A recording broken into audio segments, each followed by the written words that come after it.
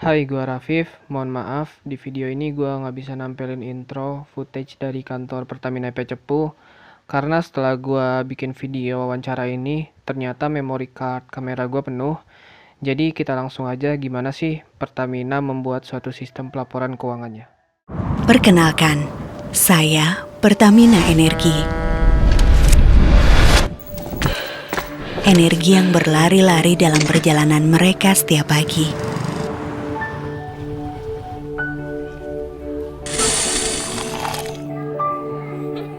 Yang mengantar mereka pergi, pulang, menjalani hari tak kenal henti.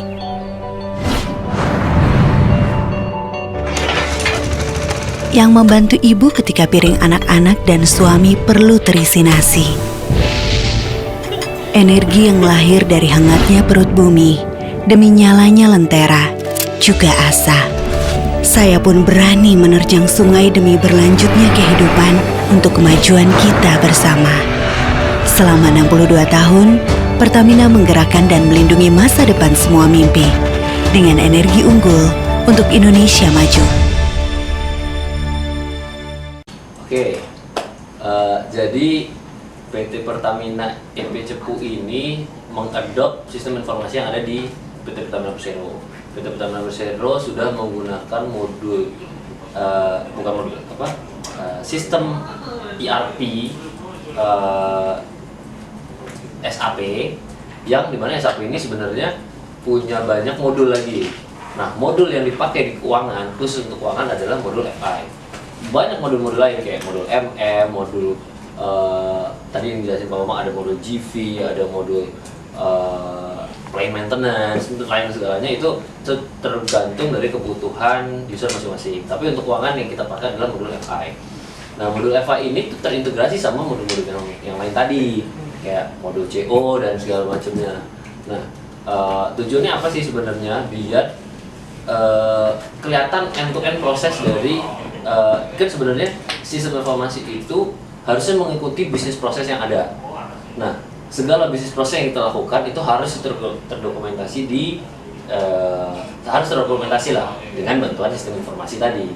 Nah, kenapa kita pakai SAP? Karena SAP itu mudah mengintegrasikan tadi seluruh modul-modul yang nggak cuma keuangan sebenarnya, tapi bisa bisa diintegrasikan ke modul keuangan. Jadi informasi itu benar-benar menyeluruh gitu. Prosesnya itu benar-benar menyeluruh.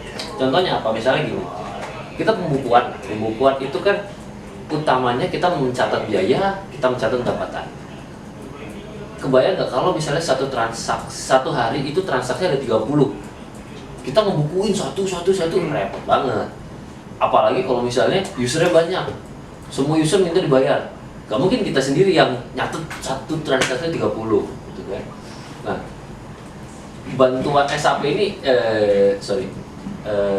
ini sangat berguna.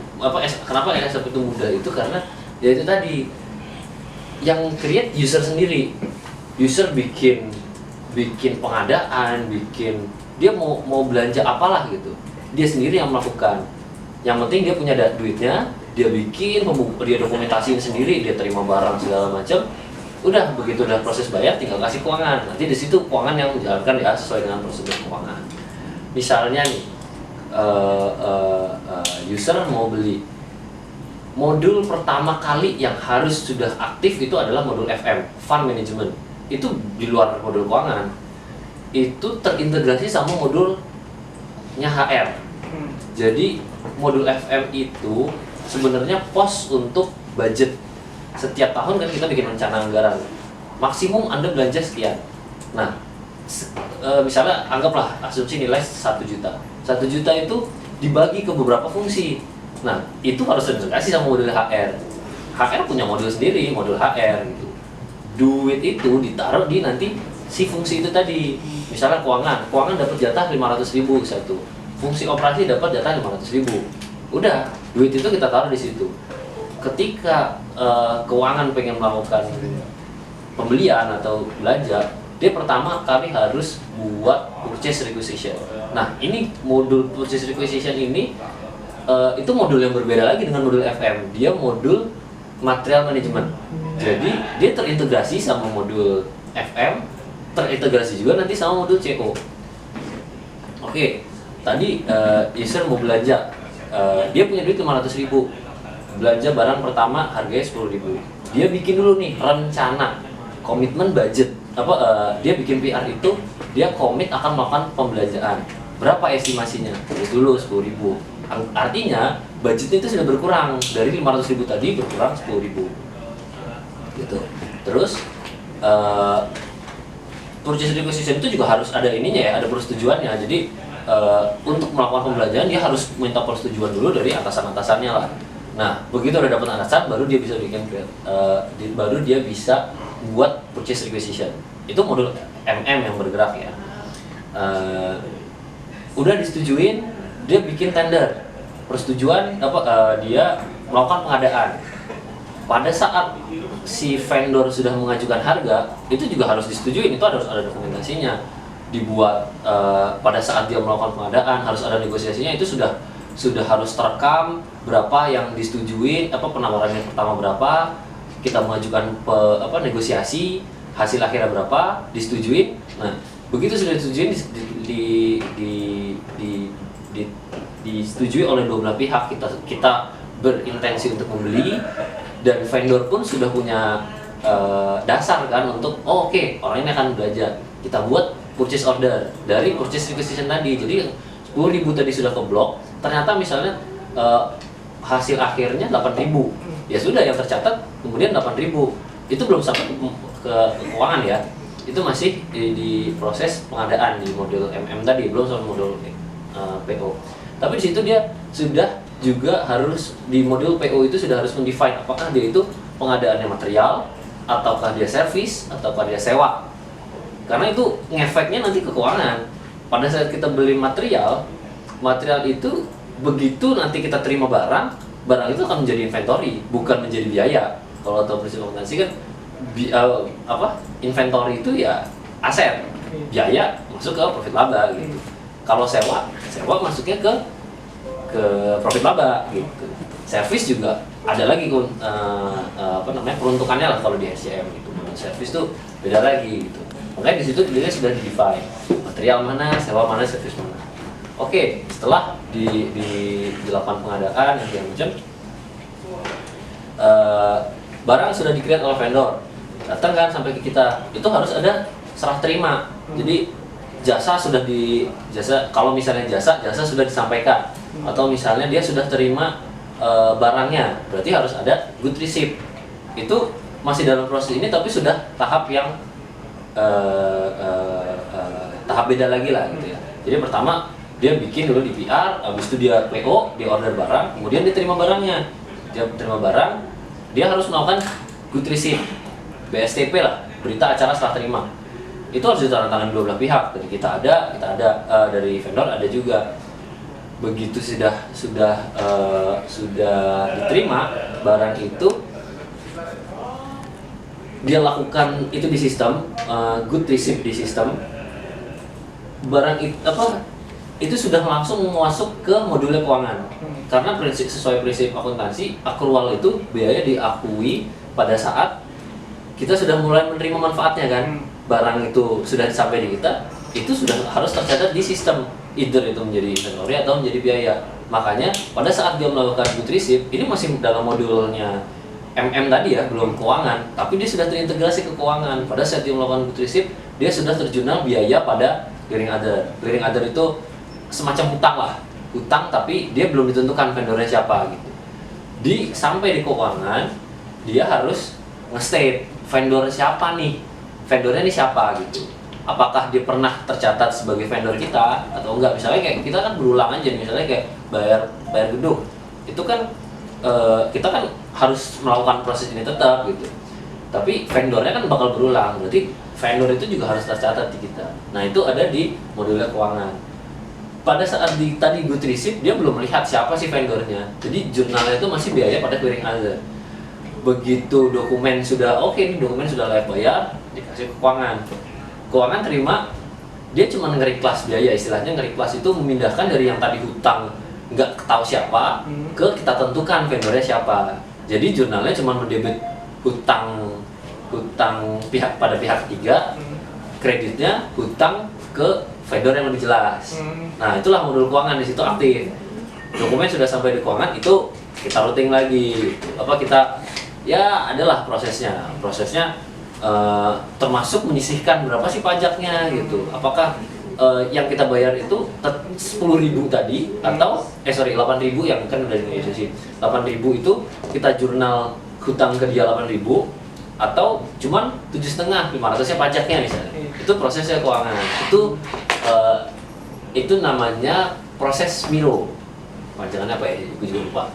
Miro itu ya itu tadi istilahnya nge-reclass, mendebit hutang yang nggak tahu siapa ke kredit hutang vendornya siapa gitu. Jadi kalau kita lihat nanti hutang kita ke siapa aja ya, kita udah punya nih datanya. Kita hutang ke vendor ini berapa, vendor ini berapa.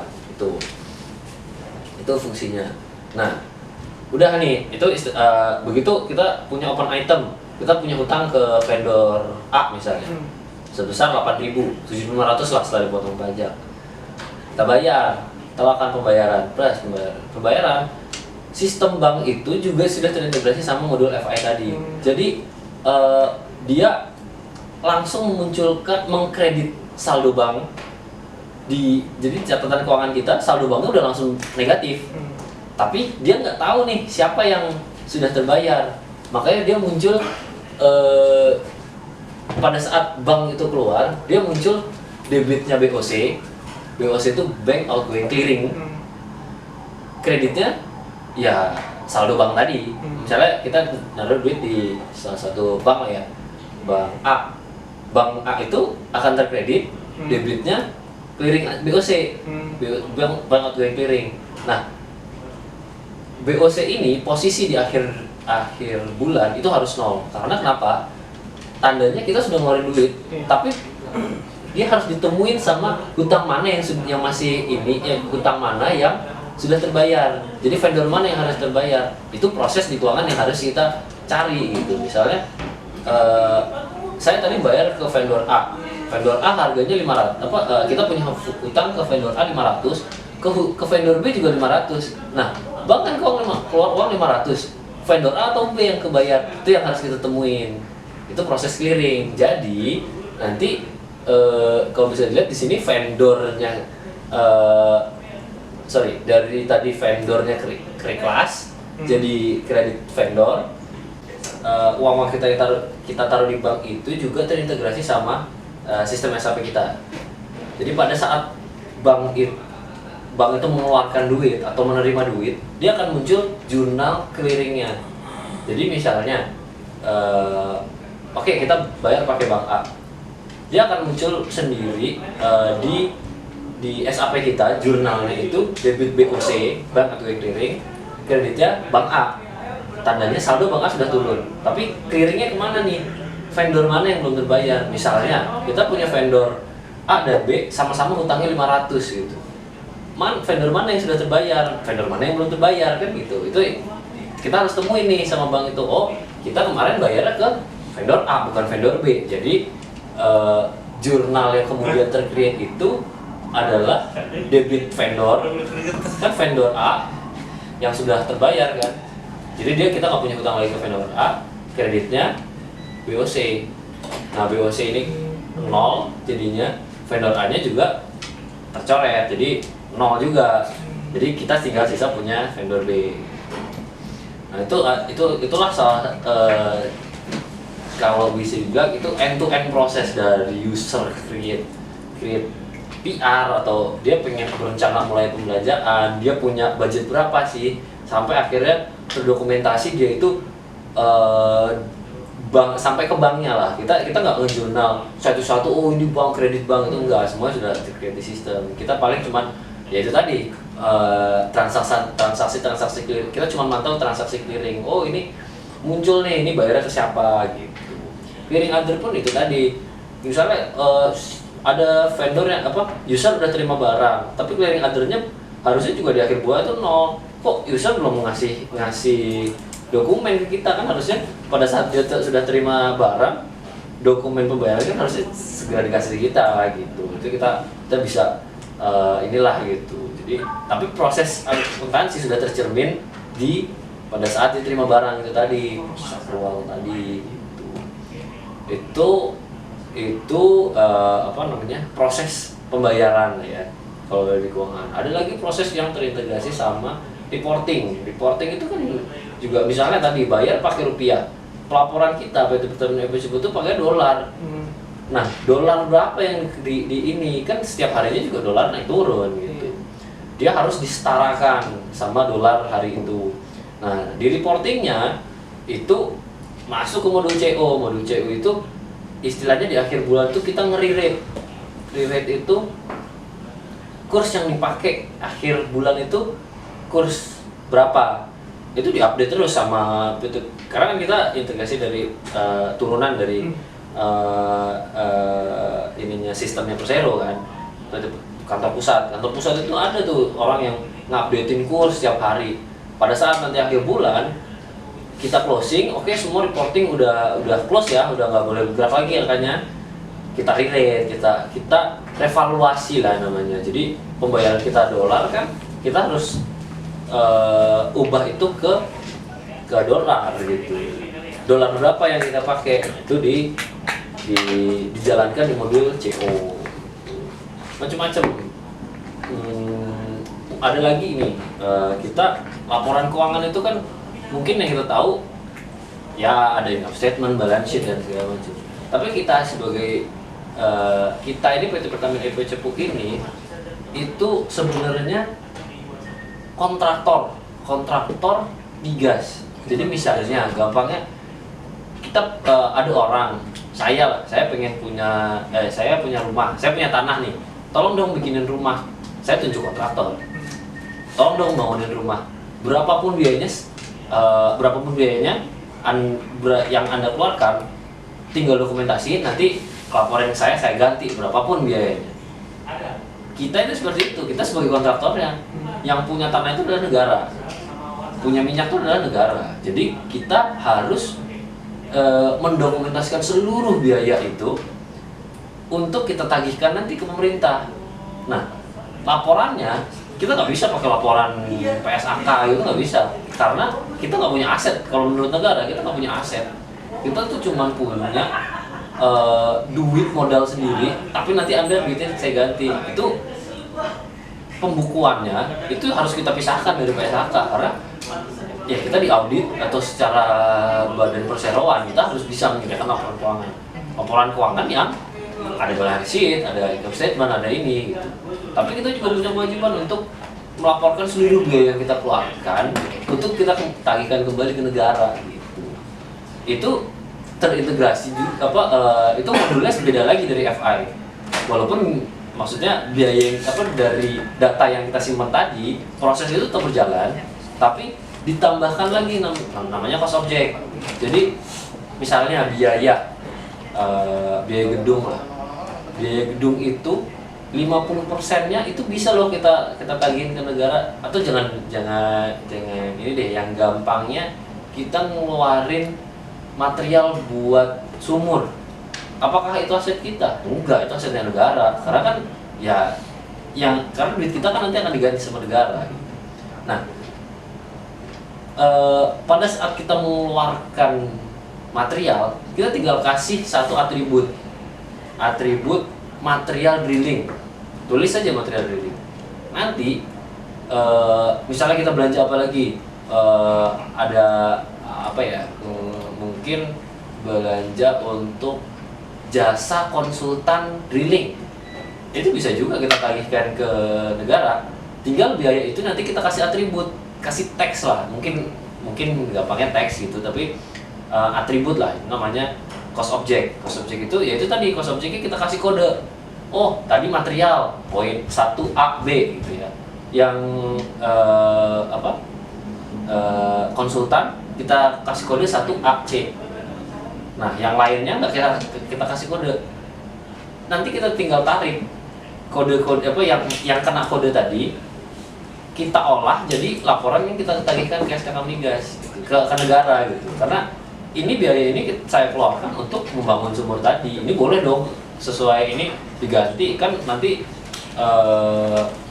asetnya bukan punya kita, asetnya punya lu, kan punya buat negara. Jadi ininya kita tagihin, kita kredit langsung, biaya itu kita kredit, kita debit ke negara.